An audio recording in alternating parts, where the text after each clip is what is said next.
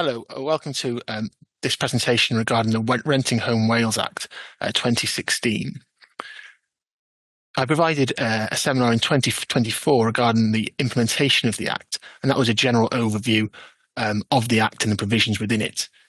This is now an update on that seminar, explaining hopefully some interesting insights and tips picked up from my practice in Welsh housing law from the last 2.5 years since the implementation.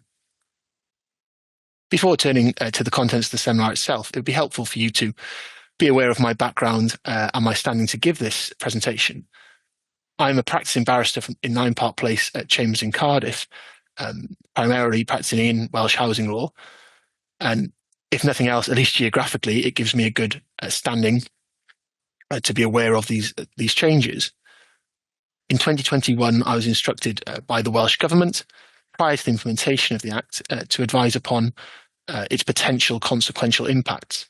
I think at this point it's important to stress I was not the individual who advised that this legislation needed to come into force and that you all needed to learn a completely new area of law. So this seminar will proceed largely on the basis that you have some knowledge of the Renting Homes Wales Act, the brave new world, as I've called it.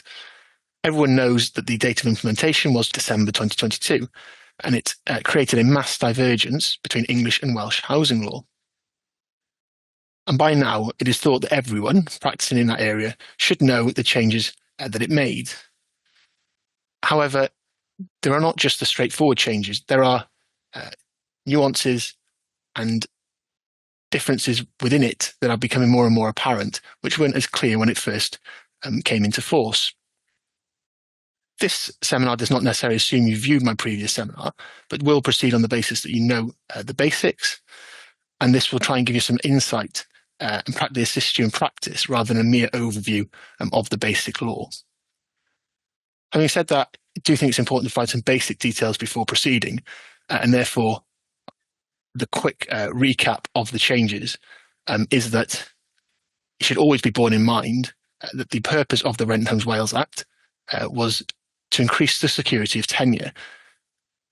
Generally, this means there are longer notice periods for landlords who want to end an occupation contract, and more protection for contract holders. Remember, tenants, you must never use the word tenants, contract holders.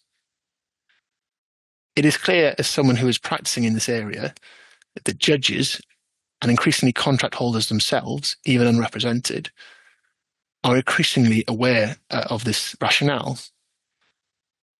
This generally means that contract holders are emboldened in how they defend or bring cases regarding rented properties, and judges generally err on the side of caution or protectionism of the contract holder when interpreting provisions.